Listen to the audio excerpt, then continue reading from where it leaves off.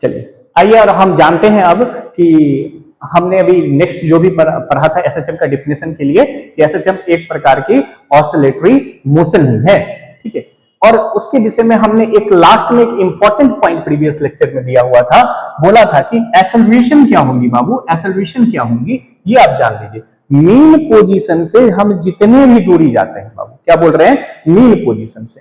अगर एग्जांपल मान ले कि ये वाली अपने पास एक पेंडुलम है, क्या है बाबू, एक पेंडुलम है, और ये इसकी क्या है, मीन पोजीशन है, और यहां से यहां तक इससे जितनी भी दूरी जाएंगे, मान लो इसका मैक्सिमम पॉइंट यहां तक चलेगी, ये जीरो से स्टार्ट की, और इसको मान लेते हैं एक्स इक्वल टू यहां से जीरो से स्टार्ट की डिस्टेंस, और कहां तक चलेगी बाबू, ये मैक्सिमम डिस्टेंस ए तक। तो यहां से लेकर के दूरी तक जितना भी ये डिस्टेंस कवर किया, कितना बाबू किया, जितना भी ये डिस्टेंस कवर किया, ये इसकी मैक्सिमम डिस्टेंस है। क्या मेरी बात समझ में आएगी नहीं? तो एक्सेलरेशन क्या होगा बाबू, मीन पोजीशन से जितना दूरी पे जाएंगे एक्सेलरेशन क्या होगा, वो इंक्रीज होते जाएगा, और यहां पे आकर के एक्सेलरेशन क्या होगा बाबू, मैक्सिमम हो जाएगा।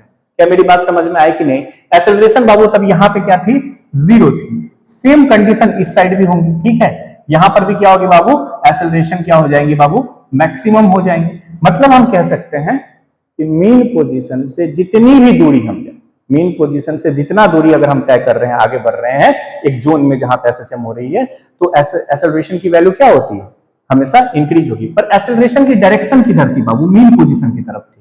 तो इन डिस्टेंस इधर ट्रेवल किया, एक्सेलरेशन बढ़ते जा रहा है, पर डायरेक्शन ऑफ एक्सेलरेशन क्या थी, इधर थी। मेरी बात समझ में आएगी नहीं आई? तो अपन कह सकते हैं acceleration is directly proportional to distance from mean position. ये वाली अपना क्या थी, मीन पोजीशन थी, ठीक है। तो अपन कह सकते हैं A is directly proportional to x, ये माइनस क्यू सिंबल लगा क्योंकि एक्सेलरेशन की जो डायरेक्शन थी वो टुवर्ड्स मीन पोजीशन की तरफ रहती है, पर जितनी डिस्टेंस बढ़ेगी उतनी एक्सेलरेशन बढ़ती रहेंगी। तो अब इसको क्या किया जा सकता है, एक बार देखिए इसको। तो हमको एक इक्वेशन मिला बाबू, x is directly proportional to minus x, A is directly proportional to minus x. अब A को अपन क्या लिख सकते हैं बताइए, A को अपन क्या लिख सकते हैं ये बताइए। A इक्वल टू क्या होता है बाबू, अगर इस प्रोपोर्शनलिटी को अगर अपन हटाएं, मान लो मैंने यहां पे एक कांस्टेंट दे दिया माइनस सी इंटू एक्स। क्या समझ में आया कि नहीं, माइनस सी इंटू एक्स, ये बात समझ में आ गई। बच्चा भी एक चीज जानता होगा, बच्चा भी एक चीज क्या जानता होगा बाबू, एफ बराबर क्या होता है, एम ए। हमेशा जान रहे हो न्यूटन लॉ ऑफ मोशन में एफ बराबर क्या होती है, एम ए। अब इस जगह पे देखो बाबू, ए का वैल्यू यहां पे क्या थी बाबू, ए की वैल्यू माइनस सी एक्स है। तो अपन क्या कर सकते हैं, a is equal to m into c into x with minus sine. अभी देखो ये दोनों कांस्टेंट है क्योंकि मास कांस्टेंट है, सी यहां पे ये कांस्टेंट था, प्रोपोर्शनलिटी कांस्टेंट। तो एफ बराबर इन दोनों को मैं लिख सकता हूं minus C naught into x. क्या मैं लिख सकता हूं कि नहीं लिख सकता हूं, बिल्कुल लिख सकता हूं कि minus C naught into x. कुछ याद आया, स्प्रिंग कांस्टेंट के पास जाओ, आपको एक चीज याद आएगी, F is equal to minus K x. क्या आएगी आगे बाबू, F is equal to minus K x. ये कहां पे याद आती है, स्प्रिंग कांस्टेंट। क्या ये इक्वेशन दोनों सिमिलर है बाबू, स्प्रिंग वाला में चले जाइए, क्या ये दोनों इक्वेशन लगभग देखिए सिमिलर लग रहे होंगे, ठीक है। मेरी बात समझ में आई कि नहीं आई, ये सिमिलर लग रहे होंगे। अब इस कंडीशन से कह सकते हैं कि स्प्रिंग ब्लॉक जो सिस्टम है कहीं ना कहीं वो एसएचएम से रिलेटेबल है। चलिए एग्जांपल के रूप में और हम देखते हैं कि कैसे ये रिलेटेबल है कैसे नहीं है। जैसे कि एक स्प्रिंग है, ये वाला क्या है, एक स्प्रिंग है, इसको अगर मास m है और अगर आपने इस साइड फोर्स अप्लाई किया तो ये आगे बढ़ेगी, स्प्रिंग इसको पीछे खींचेगी, फिर ये आगे जाएगी, फिर ये ऐसे ऐसे ऐसे ऐसे खुपाच।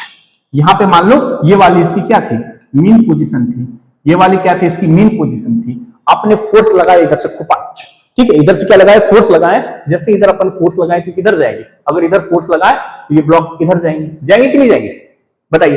अब ब्लॉक इधर जाएगी, जहां तक मैक्सिमम डिस्टेंस ट्रेवल हुआ है, इस मैक्सिमम पॉइंट को क्या बोलेंगे, मैक्सिमम पॉइंट को, मैक्सिमम डिस्टेंस को, या इसको एक वर्ड बोलते हैं, आप देख लीजिए, एक्सट्रीम पॉइंट बोलते हैं इसको। क्या बोलते हैं, एक्सट्रीम पॉइंट। क्या बोलते हैं बाबू इसको, एक्सट्रीम पॉइंट, इसको बोलेंगे एक्सट्रीम पॉइंट, एक्सट्रीम पॉइंट, ठीक है। अब यहां पर रुकेगी एक्सट्रीम, फिर क्या होगी बाबू, अगर इसको इधर खींचा ये फट से पीछे की तरफ भागेगी, फिर ये लौट करके किधर आएगी, इधर आएगी, ठीक है। अब अब फिर क्या होगा बाबू बताओ, लौट के इधर आएगी, क्या यहीं पर रुक जाएगी? नहीं, फोर्स की वजह से री इधर की तरफ भी भागेगी, यहां तक रुकेगी, ठीक है, इसको खींचे इधर, फिर इधर फोर्स निकला, लेकिन इतना ही तक नहीं रुकेगी, इसमें और भी फोर्स डेवलप हुई थी जो इसको पीछे की तरफ भी ले जाएगी। अब देखिए ये फोर्स क्या थी बाबू, ये जो फोर्स थी इसको ले जाएगी फिर से थोड़ा आगे, ठीक है, और वहां पे बाबू क्या होगा, फिर से ये रिटर्न बैक करके मीन पोजीशन पे आ जाएगी, रिटर्न बैक करके क्या आ जाएगी, मीन पोजीशन पे आ जाएगी। मेरी बात समझ में आई कि नहीं?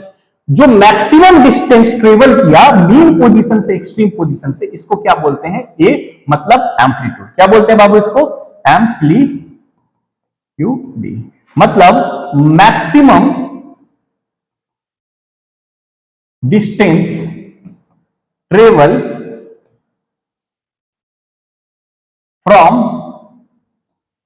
मीन पोजीशन, या दूसरे भाषा में बोल सकते हैं distance between mean position and extreme position, ठीक है, ये भी अपन क्या बोल सकते हैं, इसको भी बोलते हैं एम्पलीट्यूड। तो ये भी ए है, तो ये भी ए होगा, ये भी ए होगा, ये भी ए होगा, समझ में आया कि नहीं? टोटल ड्यूरेशन इसको जितना लगा करने में उसको क्या बोलते हैं, वन टाइम पीरियड। एक सवाल था नीट के अंदर में कि कितना ए मिल करके, इसको मैं आगे कराऊंगा, टी के बराबर होता है, तो एक टी में 4 ए लग सकता है, एक टी में कितना ट्रेवल लगेगा, 4 गुना ए का लगेगा, ठीक है, मेरी बात समझ में आई कि नहीं आई? ठीक है, अब अपन देखते हैं कि इस कंडीशंस को अपन कैसे, या ऐसे भी बोलो, अगर आपके पास नहीं समझ में आ रहा, ये वाला बॉब है, अगर ये पेंडुलम है, तो इसका मैक्सिमम ये वाला इसका एम्पलीट्यूड होगा। मेरी बात समझ में आई कि नहीं है? मैक्सिमम पोजीशन कहां तक चलेगा, ये वाला। अगर ये भी एसएचएम कर रही है, यहां पे मैंने बॉल रखा, तो ये एसएचएम कर रही है, तो यहां पे आएगी, फिर यहां से क्या जाएगी बाबू, एक्सट्रीम पोजीशन पे, इसका एक्सट्रीम पोजीशन ये हो जाएगा, इसका मीन पोजीशन ये हो जाएगा, इसका एक्सट्रीम पोजीशन ये हो जाएगा।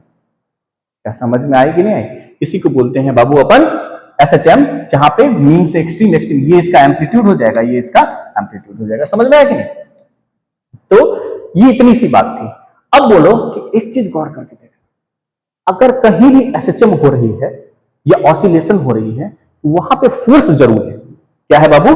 फोर्स जरूर है, ठीक है। अभी पुराने वाले इक्वेशन में भी मैंने ये चीज बताया था कि ये स्प्रिंग और ये दोनों क्या है, रिलेटेबल है। क्या आपको इस वीडियो से कंसेप्ट पूरा क्लियर हो गई होगी कि रिलेटेबल है, ये एसएचएम कर रहा है, ये तो क्लियर हो गई, वो खुपाच खुपाच खुपाच खुपाच ऐसे चल रहा है, क्लियर हो गई कि नहीं होगी?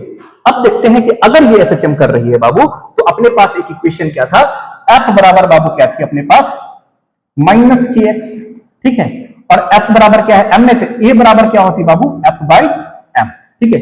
ये आपको समझ में आ जानी चाहिए क्यों होती है ऐसा, क्योंकि एफ बराबर एम है, then A is equal to F by M. ये तो बोलने की आवश्यकता भी नहीं थी। In that case we can write F is equal to minus K x by M.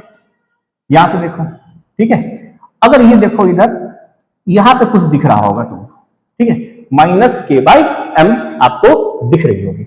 अच्छा, एंगुलर वेलोसिटी में जाओगे तो ओमेगा इज इक्वल टू होता था बाबू, याद कर लो, नहीं याद है तो इसको देख लो, रूट ओवर के बाई एम।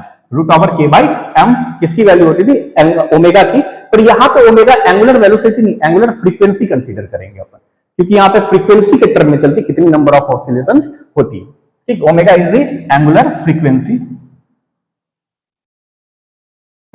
एंगुलर फ्रीक्वेंसी होती है, ठीक है, इसको आप देख लीजिएगा। यहां पे एंगुलर वेलोसिटी थी, पर इधर क्या होगी, एंगुलर फ्रीक्वेंसी हो जाती है। फिर अपन देखते हैं कि a is equal to k by m की जगह पर हो जाएगा omega, then omega square is equal to बाबू क्या होगा, के बाई एम। कोई दिक्कत है नहीं। अब इसको यहां पे पुट करो, तो K by M is equal to omega square बाबू, then we can write omega square into x. इस वैल्यू को रट्टा मार दो। क्या करो बाबू, रट्टा मार दो, इस वैल्यू को आप रट्टा मार दीजिए। This is the very good, very important, और इसके विषय में आपसे बहुत सारा सवाल पूछा हुआ है इससे, ठीक है। ये एक फार्मूला होगा, एक्सेलरेशन का फार्मूला एसएचएम के अंदर में क्या है बाबू, minus omega square into x. क्या समझ में आया कि नहीं आया? अब देखते हैं आगे कि अगर बाबू ये मेरा मीन पोजीशन है, ये अपना क्या है बाबू, एक्सट्रीम पोजीशन है, पार्टिकल कैसे गई, ये भी इधर एक्सट्रीम पोजीशन हो गई, और अगर पार्टिकल किधर से कैसे चली, यहां से एक्सट्रीम चली, एक्सट्रीम से मीन आई, मीन से एक्सट्रीम गई, यहां से ये की। ये कब हुआ, ये टोटल बोलेंगे मीन से एक्सट्रीम, एक्सट्रीम से मीन, मीन से एक्सट्रीम, एक्सट्रीम से फिर मीन पोजीशन पे आने को इसको बोलते हैं बाबू वन टाइम पीरियड। जितना समय लगा ये करने में उसको क्या बोलेंगे? One time period.